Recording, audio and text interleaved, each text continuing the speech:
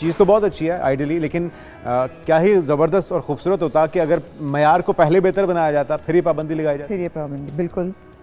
Thank you Junaid, सबसे पहले तो फॉर हैविंग मी।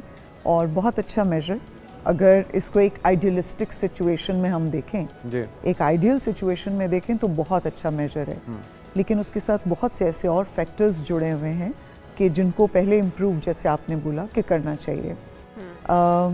किसी भी क्लासरूम के अंदर क्या रीजंस बनती हैं कि बच्चों को शाम में या पेरेंट्स को शाम में इन ट्यूशन्स को ऑप्ट करना पड़ता है, बावजूद इसके कि वो स्कूल को ऑलरेडी पे कर रहे हैं for the same coverage of the curriculum, जिसको शाम में भी कवर किया जाना है टीचर के उसके ऊपर। तो एक तो मिक्स्ड एबिलिटी स्टूडेंट्स बैठे होते हैं एक ही क्लासरूम के अंदर।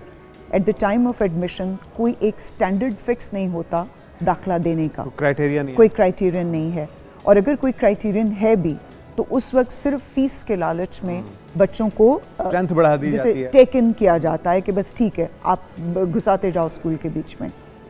अब टीचर के ऊपर 2-3 तरह के प्रेशर्स हैं। एक तो मिक्स्ड एबिलिटी स्टूडेंट जिनका लर्निंग बिहेवियर और learning environment of course different required था, लेकिन सेम लर्निंग एनवायरनमेंट में उनको घुसाया गया, सेम टाइम फ्रेम और time limit to cover the curriculum दी गई, जबकि उनकी लर्निंग एबिलिटी और लर्निंग कैपेबिलिटी दोनों ही डिफरेंट थे सब बच्चों जी।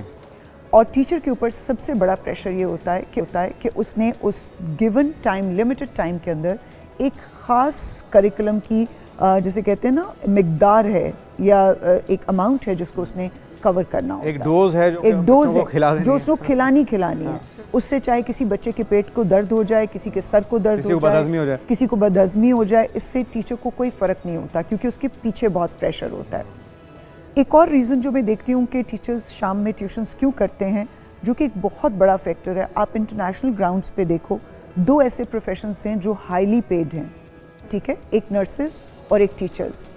सबसे ज़्यादा सैलरी इन 2 प्रोफेशंस में पे की जाती है, जबकि unfortunately this is, I am talking out of my 29 years of experience. हमारे यहाँ जो स्कूल की आया है उसकी 18 से 20 हज़ार तनख्वाह है, और जब आप किसी टीचर को हायर करते हैं तो उसका स्टार्टिंग आप दे रहे हैं 35,000।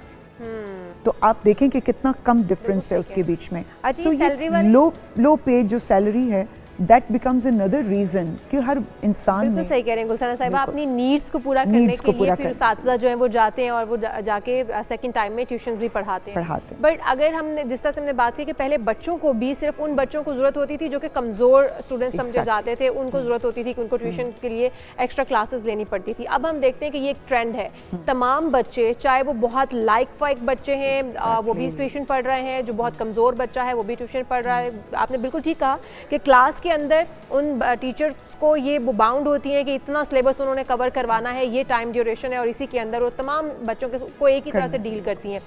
फिर भी वो बच्चे भी पढ़ नहीं पाते। अगर हम थोड़ा सा पीछे चले जाएं, जो हमारी एजुकेशन का वक्त था या हमारे से भी बड़ों का वक्त था, उस वक्त में अगर हम देखें तो ट्यूशन पढ़ाने का कॉन्सेप्ट नहीं था। असातिज़ा के पास उस वक्त भी बच्चों का इतना ही टाइम ड्यूरेशन था, इतने ही आवर्स होते थे पढ़ाने के लिए, लेकिन इसके बावजूद बहुत काबिल बच्चे निकलते थे। कोई एक आधा बच्चा होता था जिसको थोड़ा कमज़ोर होता था, टीचर्स एक्स्ट्रा क्लासेस देते थे। तो फिर वजूहात क्या है इतनी, मतलब हमारे लायक बच्चे भी ट्यूशन पढ़ रहे हैं? बहुत इम्पॉर्टेंट पॉइंट आपने रेज़ किया कि if this scenario had been existing even in the past तो क्यों वो डिफरेंट था। एक बहुत हार्ड फैक्ट मैं आपके साथ शेयर करने लगी हूँ कि हमारे दौर में मुझे याद है कि अगर हमारी अम्मा हमें पढ़ा नहीं सकती थी तो वो डंडा लेके हमारे पीछे ज़रूर दौड़ती थी, अपना काम करो, अभी बैठ के पढ़ो। और जो भी बच्चा क्लासरूम में जाता है वो इतना कुन जहन नहीं होता कि क्लास में जितना काम हुआ है वो 100% ही उसको समझ में ना आया हो। ये हो सकता है कि किसी एक बच्चे की अंडरस्टैंडिंग 80% हो, किसी की 70%, किसी की 60%। But I can not imagine, मतलब मैं ज़ाहिर बात है मैं खुद एक एजुकेशनिस्ट हूँ और बहुत अरसा मैं खुद टीचर रही, मैं जानती हूँ कि IQ लेवल का इतना डिफरेंस नहीं होता। इट्स जस्ट वो अटेंशन स्पैन बच्चों का डिफरेंट होता है, फोकस कितना करते हैं, अटेंशन स्पैन डिफरेंट होता है बच्चों का। तो I was a struggling student, और मेरे ही घर में मेरी जो बहन थी शी वॉज अ टॉपर, ठीक है।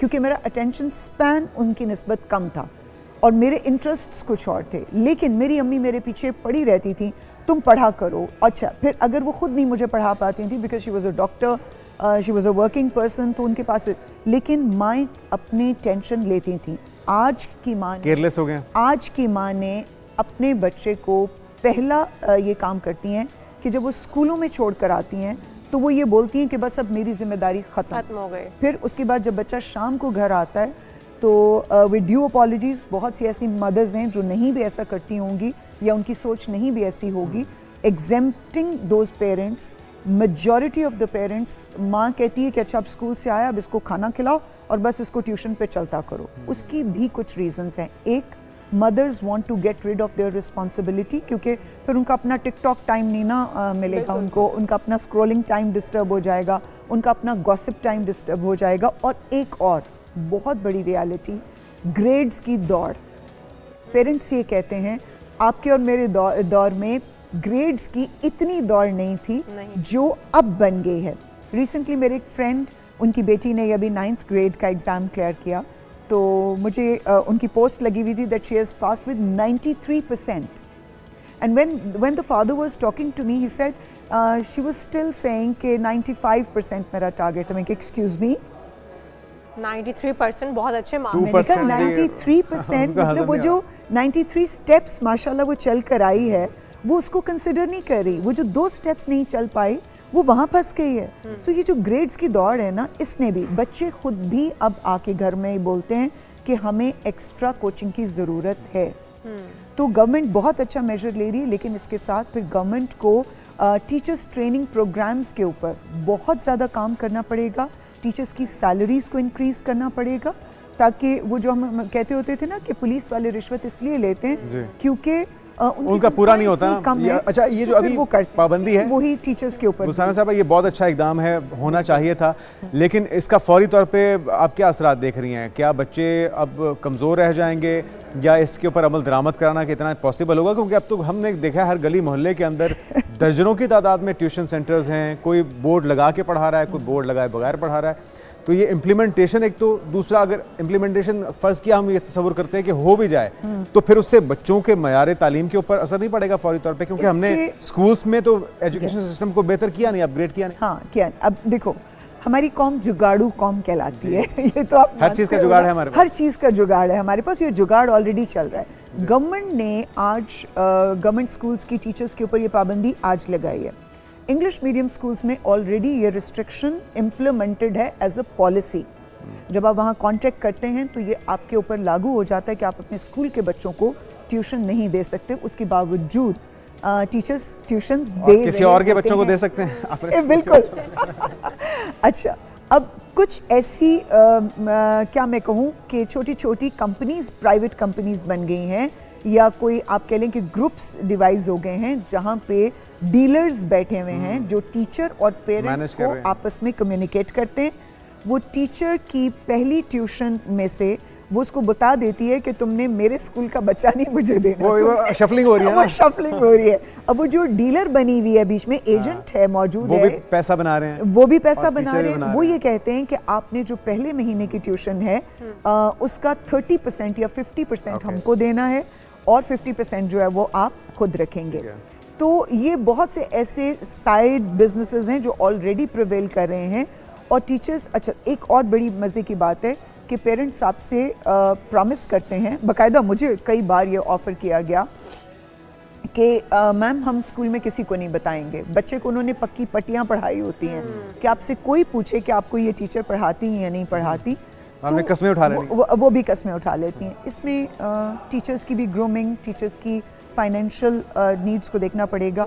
और एक चीज़ और, एक बहुत अनएथिकल हरकत जो हमने देखी कि क्यों ट्यूशन्स की ज़रूरत पड़ती है, ट्रस्ट मी कि ख़ुद टीचर्स जानबूझ के क्लासरूम्स में इसलिए बच्चे की परफॉर्मेंस को लो रखते हैं ताकि शाम में वो ट्यूशन very पास आए। जैसे ये तो हम भी जानते हैं क्योंकि हाँ बच्चों जी, को अगर मयारी तालीम स्कूल के अंदर मिल रही है तो बच्चों को ट्यूशन की जरूरत ही नहीं है। लेकिन आपने 2 से 3 चीज़ों को पॉइंट आउट किया। एक तो आपने कहा कि क्योंकि उनकी सैलरीज बहुत कम होती हैं तो हुकूमत को पहले उनकी सैलरीज इस मुताबिक करनी चाहिए ताकि फिर उनको ट्यूशन पढ़ाने की भी जरूरत ना रहे। और फिर दूसरा जिस तरह से प्रोग्रामिंग की बात करी थी कि उनकी क्लासेस, टीचर्स की भी क्लासेस होनी चाहिए, टीचर्स की ट्रेनिंग बाकायदा होनी चाहिए, टीचर्स को उस मयार के मुताबिक, क्योंकि हमारी एजुकेशन सिस्टम और हमारा syllabus day by day change हो रहा है, बट हमारे टीचर्स की जहां पर वो एजुकेशन थी वहीं पर स्टक है, उनको कोई कोर्सेज या वो नहीं करवाया जा रहा, तो उसके ऊपर भी फोकस होना चाहिए। तो आप समझते हैं जो इकदाम अभी जो कदम उठाया है गवर्नमेंट ने, जो इनिशिएटिव लिया है, उससे पहले के जो इकदाम थे जो होने चाहिए थे वो मिस है अभी भी? वो बहुत बड़ा गैप आएगा, वो बहुत बड़ा गैप आएगा। और जब भी आप किसी चीज़ को रोकने लगे तो उसके ऊपर जो भी आप एक रिस्ट्रिक्शन लगा रहे हैं उससे पहले एक कंप्लीट प्रोसीजर होता है जहां से आपको पूरे सिस्टम को गुजारना होता है। और अगर आप उन प्रोसीजर्स को मीट नहीं करेंगे तो फिर आपका ये मेजर डेफिनेटली चाहे वो हिडियसली काम करता रहे, वो काम करता रहेगा। वो आपके सामने शायद मतलब करप्शन मुझे लगता है कि पहले शायद खुलेआम हो रही थी, अब वही बात है कि मजीद वो ढके छुपे होगी। और हम इसकी एक मिसाल देखते हैं, हमारा एक महकमा है, इदारा है, मोटरवे पे हर एक चीज़ ज़बरदस्त होती है। वही वहाँ पे मोटरवे जो पुलिस है वो बड़े डिसिप्लिन तरीके से काम करते हैं क्योंकि उनकी सैलरीज अच्छी हैं और उसके ऊपर अमल दरामद फिर लोगों को भी करना पड़ता है, वो भी वायलेशन करने से पहले 100 बार सोचते हैं। बहुत शुक्रिया गुलसाना मंशा साहबा। उम्मीद करते हैं कि इस फैसले के ऊपर हुकूमत की तरफ से जो कहा गया है अमल दरामद भी होगा, लेकिन उससे पहले मयार तालीम को भी बेहतर किया जाए ताकि बच्चों को ज़रूरत ही ना पड़े।